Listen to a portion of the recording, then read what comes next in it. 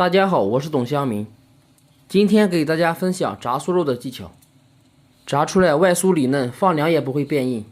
下面看一下操作方法。准备一块猪前腿肉，剔掉猪皮。这些肉一共1斤半，花了36块钱。猪皮剔完以后，把肉从中间片开，厚度大约是1厘米。大块的肉可以直接切成片，片好以后再切成粗细均匀的条。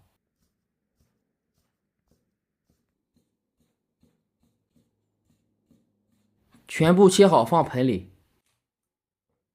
生姜去皮切成末，切好放盆里。大葱斜刀切成马蹄状，加入适量冷水，用手抓捏出葱水。葱不要直接放肉里，那样容易炸糊。把抓好的葱水控到盆里，顺一个方向搅拌，让肉吸收葱水和姜的味道。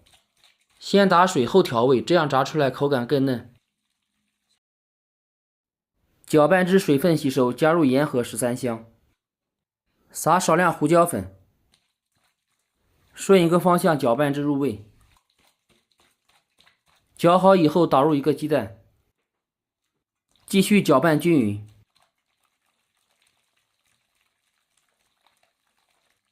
搅匀后放一旁腌制10分钟。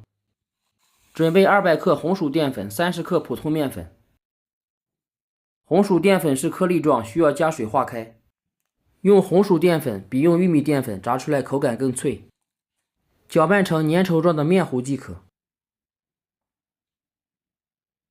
调好到酥肉里，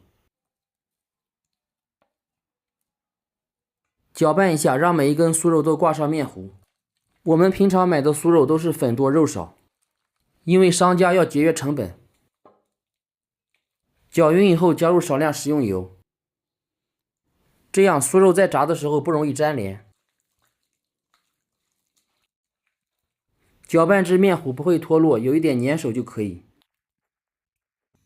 接下来锅里烧油，筷子放油里迅速起泡，说明油温就可以。酥肉下锅的时候尽量撒开一点。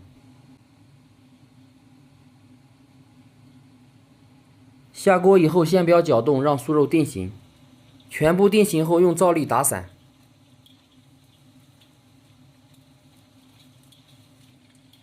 打散，炸至酥肉全部飘起后先捞出。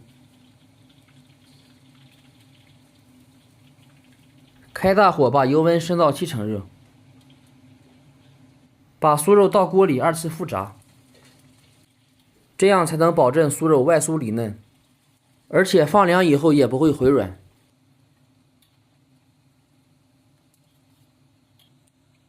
炸成金黄色，关火，捞出控油。撒一点椒盐就可以吃了，也可以加一些配料做成酥肉汤。喜欢的朋友可以点击视频下方点赞和关注我，下期见。